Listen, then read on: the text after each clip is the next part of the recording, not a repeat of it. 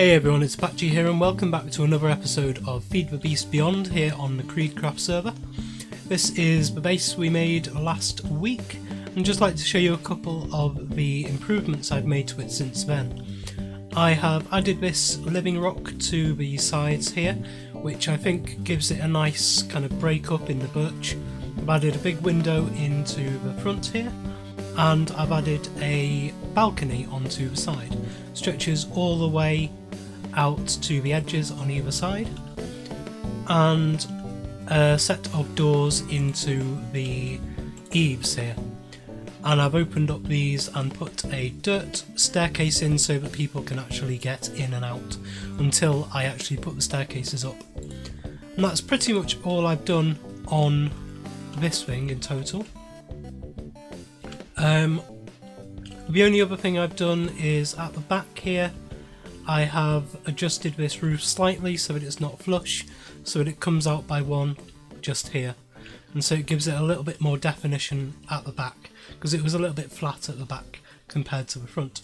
And so I've added in these pillars here as well across the back, and you can't really see it but I think it's a nice touch. I've also added the bin up here as well, so you can see just up there is some more living rock up there. I've also been working on a design for my next build here. Looks a bit awkward and interesting, but I'll show you what I'm doing. I've created a 32 by 32 circle here, which is going to be kind of like I suppose an ivory tower. The texture of the living rock reminds me quite a lot of ivory, I suppose, and it put me in mind of an ivory tower. And so this is going up 60 blocks here, I think, at the moment. And we come into it from here, and you'll turn left straight away, and there will be a set of stairs up to each floor. So this will be one floor, with the ceiling being at this height, and then this will be the next floor here. So it's 12 blocks up. And there will be a spiral staircase winding its way around the outside as well. Just up here, and I can't climb up it properly. So there's going to be 4 floors on this. I can't fly. Why can't I fly? There we go. So there's going to be 4 floors on this in total, which means the top ceiling will be at this height here, and then we'll have quite an elaborate roof on it as well. So we're at 130 on the Y here. So we've still got a long way to go into the sky before we hit build on it. So we shouldn't worry about how tall we'll build it after this. I would imagine that the roof would come out and probably end up, I suppose, about 10 blocks higher. So about here. This is at 140 here. But you can see we'll get this amazing view from the top here if I can land. So we'll get this really nice view from the top room and from a rooftop. I'm thinking kind of like a Isengard style roof, maybe with the draconic power chamber thing on the top, but we'll have to see. I'm not sure whether we'll still be here by the time we get to Draconic Evolution or whether we will have moved on, but I think this will be a really nice place for it. And maybe even as a community project, this would be good to have kind of the community power as a big Draconic Evolution power ball in the sky. Kind of like an Isengard or Khazak Doom style castle. And with that in mind, I'm actually thinking about using this abyssal stone from Railcraft. There's some really nice textures in this. And so I'm thinking about using this for the whole of the design. But I've just kind of prototyped it out in cobblestone for now, and Kylo burnt to death. Just make sure he's okay.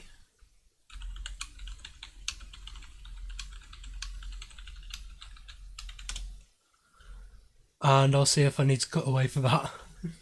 Just making sure he's okay. What we're going to be doing today is getting power sorted out and... Okay, he's fine.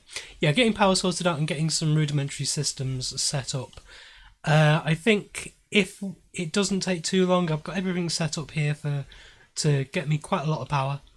And I want to get a refined storage system set up, quite a basic one, set up, maybe this episode, maybe the next episode, and we'll see what other machines we want to do. So let me get a few things together and I will be right back with you. Okay, so if I've done my maths right, and I hope I have, we should have everything here to get quite far along the solar panel route.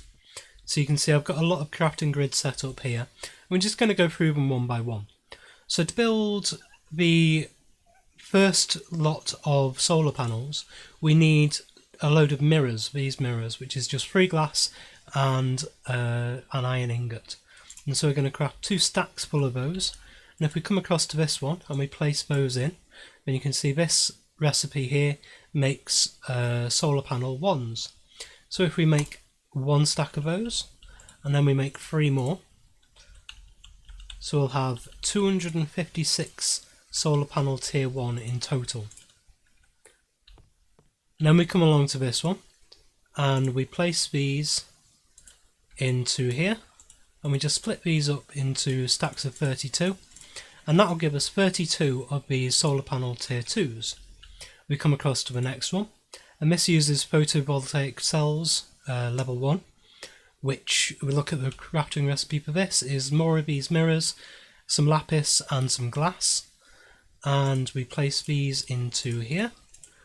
That means we can get 8 of these, or 8 crafting recipes worth of these photovoltaic cells, or sorry, the solar panel tier 3s, which means we get 16 in total of these. Now these generate 32 RF per tick, they transfer 256 RF per tick, and they hold 425,000 RF capacity. But that's not going to be enough for us, so we bring them over here into this one, and this produces solar panel tier 4, which is 128 RF per tick with transfer of 1024 RF per tick, and these use the photovoltaic cell tier 2s.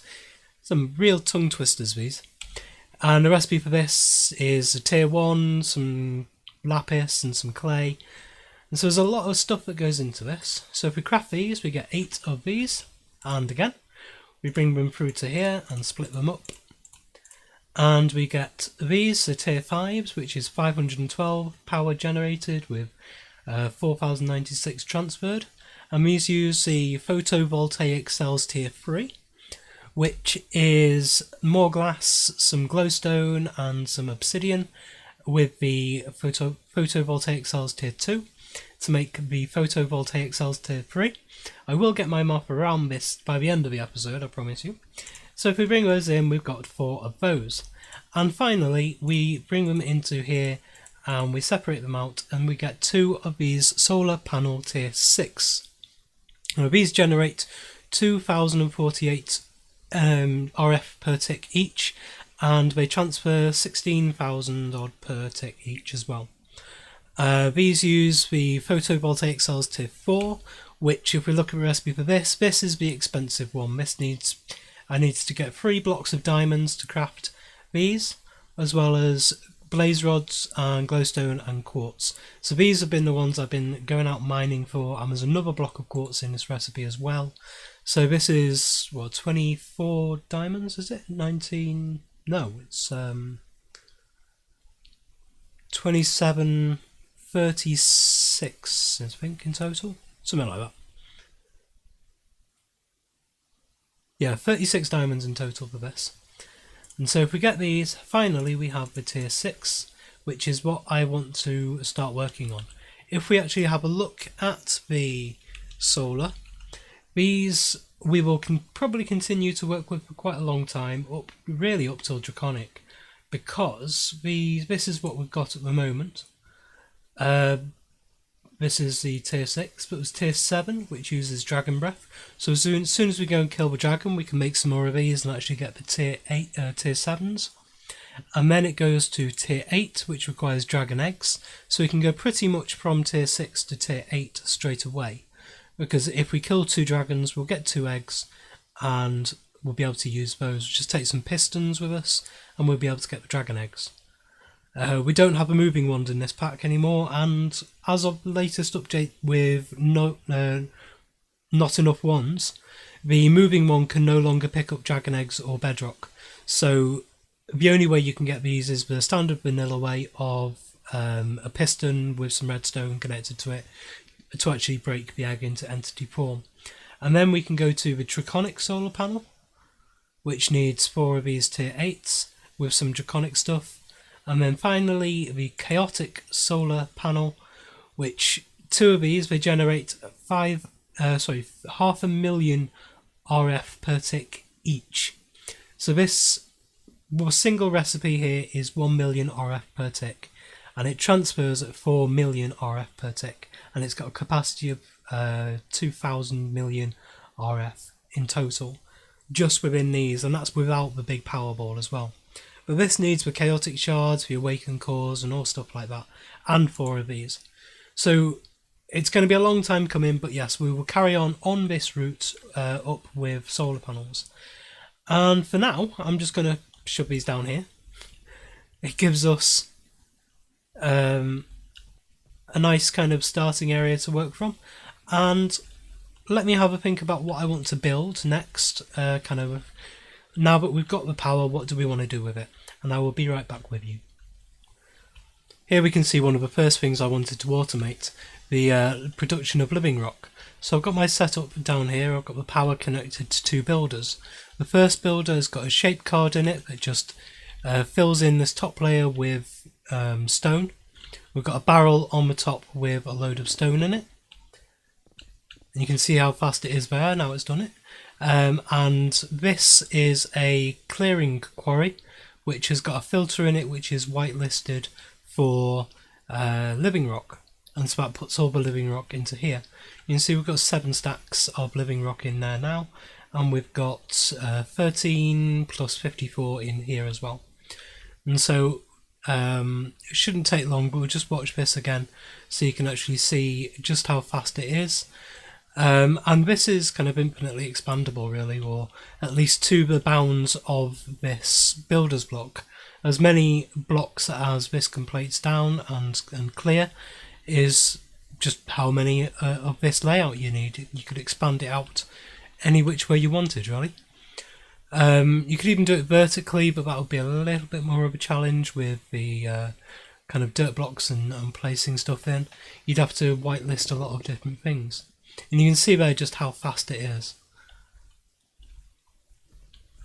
And now we've got 8 stacks plus 16. And so yeah, just very quickly, this is one of the first things I wanted to make sure I could do, and just build up kind of a large stockpile of living rock before we kind of go on to do other stuff with these solar panels. I think I'm going to try and get wireless power set up as well now, maybe with the FLUX network, so we can actually put FLUX stuff onto this, and then this will work remotely. So I will have a look at that now and see if it's actually feasible to do. Okay, so looking into this FLUX networking mod, we can see we've got a few different things here. This is the main things you use, the FLUX and the FLUX blocks, and you use these as reagents to create the rest of the things. I'm going to just go through a couple of these here. This FLUX block is created with 4 of these FLUX cores and 5 of these FLUX. The FLUX itself, it says, is obtained by burning redstone. And so of course I put some redstone into a furnace and nothing happened.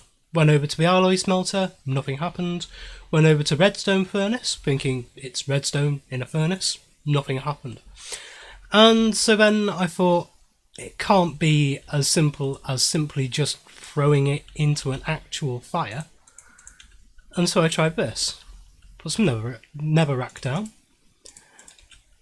Light it on fire, and then, against all reason, throw some redstone into the actual fire, and it comes back to you as this FLUX. And then I realised something through experimentation, that these FLUX blocks is quite an expensive recipe, because each of these FLUX cores is another 4 FLUX, 4 obsidian and an eye of ender, and that creates 4 of these FLUX cores. But that's still a huge amount, especially at this early stage, to actually create these. However, you can see I've got 2 of them here. If we throw a redstone block into this fire, and I don't know if this is intended, so I've got 2 now, and when that comes back to me, now I've got 3. So a simple redstone block into a fire will actually give you this recipe's worth of blocks. So you're saving a huge amount of ender pearls, of blaze powder, of this flux, of obsidian. It's much easier. So going through this as well, I did notice that there's no actual recipe for this basic flux storage. I'm left clicking on it now, nothing happens. Same with the Herculean storage and same with the Gargantuan storage, which means we're going to need something else to actually store the power. So I'll put that fire out now and get rid of this and put the dirt back down. And we'll get more as we need it. So I'm going to have to make some of these capacitors to actually store the energy in to be able to send it out to other places. And so I'm going to create 2 of these. And these will give me, I think it's a 2 million RF kind of power storage. So it'll be enough to get started with. It's not a huge amount. We probably will want more fairly soon. Because I'm going to be doing spawners, especially a lot of spawners, and maybe a quarry as well. We'll see, because I'm running low on resources, especially of diamonds and emeralds and some of the stuff that you really need to go hunting for. It's a lot more rare in this pack than it was in Hermit Pack. And if we come down here to this machine over here, I'll pick up my solar panels from here. You can see this has gone through a load of stone. I've run out of all the stone I had. And if you can see through there, we have 39 stacks plus 8 of living rock in there. So that is in total just over 2,500 living rock. So that will probably be enough to build this, hopefully. Maybe not including the stairs and slabs and stuff, but it'll get us started along. We'll be able to do a lot on this with that anyway. So. And I've decided I'm going to accent it with this, the abyssal stone here. Maybe with seared stone instead, but we'll see. So, these solar panels, I'm going to put 1 either side of here. And so that will charge this up. And then on the back, I'm going to add the flux storage, well, flux manager and the flux points. So next we need to create some eyes of ender. I've got us over here. So I've got 16 eyes of ender there. That should get me easily enough, to be honest. And I wonder, can you... No, you can't split these blocks down into the flux. Which would have been nice, actually, considering it's 1 block of redstone into kind of 1 block of redstone's worth. So next we have this flux controller, in which we need 5 of these flux blocks, 2 of the flux itself, and 1 flux core. So after digging it up, I'm going to put this back down again. That one's broken, so use this one and set it on fire again. So we have 3 at the moment, so we need at least another 2, but I'm going to get a few of these actually, because I know that I'm going to need more. And I've got plenty of the flux for now. So I've got 16, so that'll be absolutely fine. So over here we can have a look at this flux controller. Ah yeah, so I need these flux cores. And I think, how many do I need for... Because these flux plugs send energy and these flux points receive energy. So these are 4 around a flux block. And these ones are 4 around a redstone block. So I am going to need a fair amount of these things. So if I just shift click into here, I can get 56. That's absolutely fine. So that's run out of obsidian before anything else. So I've still got 2 eyes of ender, and you can be quiet. So now we need the flux controller. We get 1 of these. I think we'll only ever really need 1 of these. And we'll put that on the back right here. And I'll have a look in a minute how to actually set that up. We're also going to need one of these flux points, at least one of them, I'm not sure how many, but at least one for now, that'll be fine. And I want, again, at least one of these for now, and we'll create these kind of as and when we need them really, but I'll probably keep a lot in stock. So again, if we come over here, we can put where is it, this flux plug on the top here, and that actually sends out of the capacitor bank there. Okay, I'm going to have a read up on how to select, how to change all this. I don't want to kind of go through it, all the different tabs with you on screen here while I'm just learning it, and I'll come back and explain everything that I've done.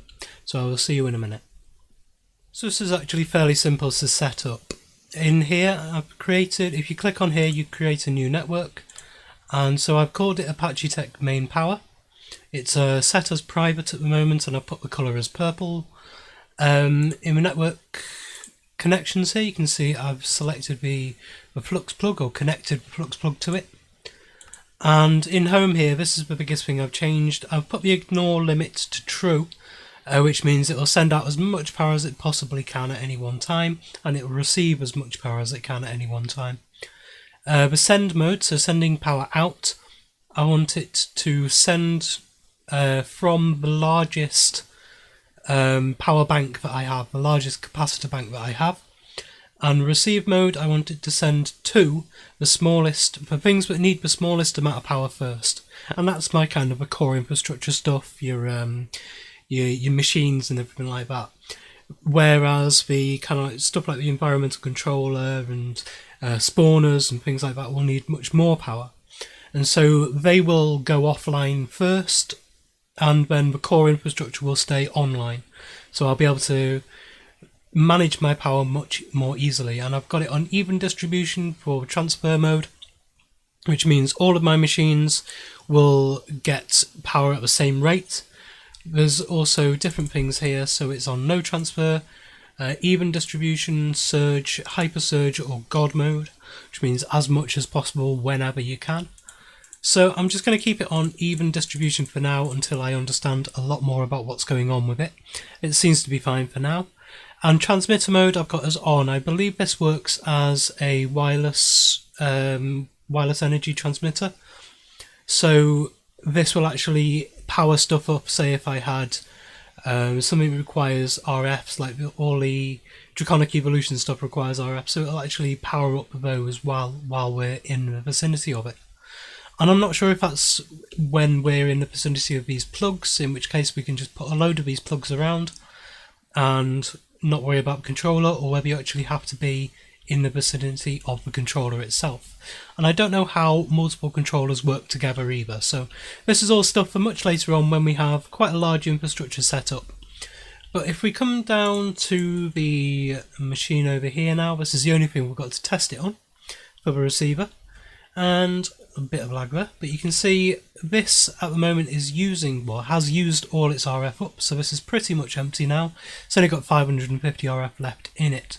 I've put a couple of power cables on the back just to jury-rig both of them together, and if we place this on the top of it here, you can see it connects very easily.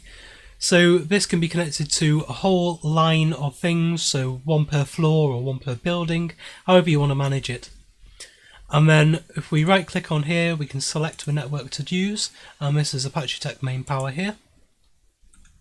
And we can see it's now lit up in red rather than grey before, and this is actually now gathering up energy. So if we come over back to the controller, we can see what effect that has had on it. And so it doesn't really seem to say much, but you can see now we have flux plug here. It's on priority 0. It's got a maximum or receiving rate of 256,000 RF per tick, which is far more than we'll need for a long time. But there's no network buffer at the moment, so I'm not sure if this actually needs to receive energy as well. So let's have a look if it does. I'll create another receiver, and so that is 4 of these with 1 of these in the middle, and we'll get that. And if we place this on here, what does that do? No, nothing. So I'm not fully sure if I'm using this correctly at the moment, but it is transferring power from this capacitor bank all the way over to there remotely, which is exactly what I want for now.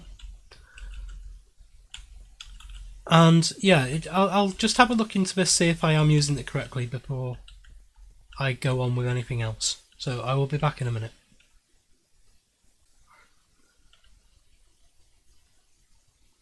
Okay, it seems as if this network buffer is only if you're using these basic flux storage and the Herculean flux storage or the gargantuan flux storage. They actually keep a network buffer and a local buffer within them so that you can use that. Essentially these capacitor banks will take the place of that, so we will deal with the buffering of power via capacitor banks, via the Ender IO capacitors. And that's what I'm used to anyway, and that's fine. I'm happy to just use the capacitors and manage it all through Ender IO. I've got quite a nice setup with that, and I think with open computers you can do something as well. I'm going to be doing a lot with open computers later on. So the power management I will handle, and the power distribution this Flux network will handle. This is actually all I've got time for today. I've just checked on the time on the video. So thank you very much for joining me today. If you've enjoyed what I've done today with the power, I hope I've given you some tips with the throwing the blocks into the fire rather than actually creating the recipe for these flux blocks. Makes it a lot simpler. I don't know if it's intended use, but for now it works absolutely fine. I'm going to make up a ton of these flux blocks so that I don't have to make them in future, or if changes are done to the pack and that recipe is removed, then I've still got all these flux blocks. Because that's a really handy way of creating them rather than wasting all of these Eyes of Ender and the Obsidian. It's a very expensive recipe otherwise, and it'll be a lot later on in the season before we could make it. So yeah, thank you. If you enjoyed the video, please like, comment and subscribe on the video and to the channel, as I've said before, and I will continue saying it really does help me out. Give me your feedback, let me know what I'm doing right and wrong down in the comment section. Get involved in the series and tell me what to get into next. I want to involve as many of you as possible and get to know as many of these mods as possible. There's a lot of different things in the pack, and I think next episode we will be getting into refined storage, because I've got a ton of materials here and this is getting a little bit unwieldy to handle. I've also got a bit of storage down there, and I want to kind of centralize all my storage and make crafting a lot easier. So next episode we'll be doing a bit of refined storage and a bit of automation, kind of the initial crafting and the pattern grids and stuff like that. So thank you very much for joining me today, and I will see you next time.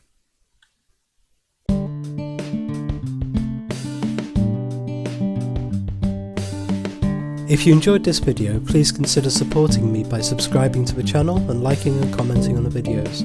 Thanks. See you next time.